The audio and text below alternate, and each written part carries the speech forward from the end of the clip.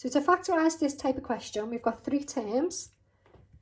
So the way I would do it is deal with our numbers, then our letters separately. So let's look at the numbers. We've got a 4, a 6 and a 2. So what number goes into 4, also goes into 6 and also goes into 2 and is the biggest number possible? So that number would be 2. Then I set up a set of brackets. 2 goes into 4 twice, 2 goes into 6 3 times, and 2 goes into 2 once.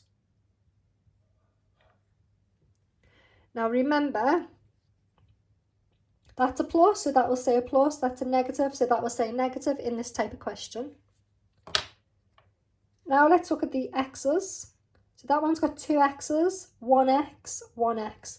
So the biggest number of x's I can take out and it'd be the same from every term would be 1x. So if that's got 2 x's, there's a 1x left. That only has 1x, so it's gone. And that only has 1x, so that's now gone. So now I'd look at the y's. And I've got to take the biggest amount of y's I can. That's got 1, that's got 2, and that's got 1. So the biggest number I can take is the same as the x, and I can only take 1 y out. Here where there's 2, I'll just be left with 1 y.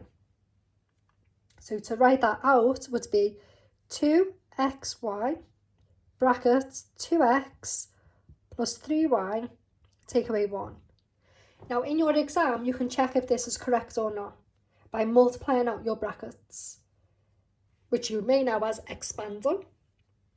So let's expand it out and see if we get what we originally started with. 2 times 2 is 4, x times x is x squared, and then you've got the y, plus 3 times 2 is 6, no x's, so you just write your x, y multiplied by y is y squared, minus 1, lots of these, so 2xy. So go to the top, 4x squared y, that one's right. 6xy squared, correct again, minus 2xy. So you know in your exam you got the question right, and this is your answer.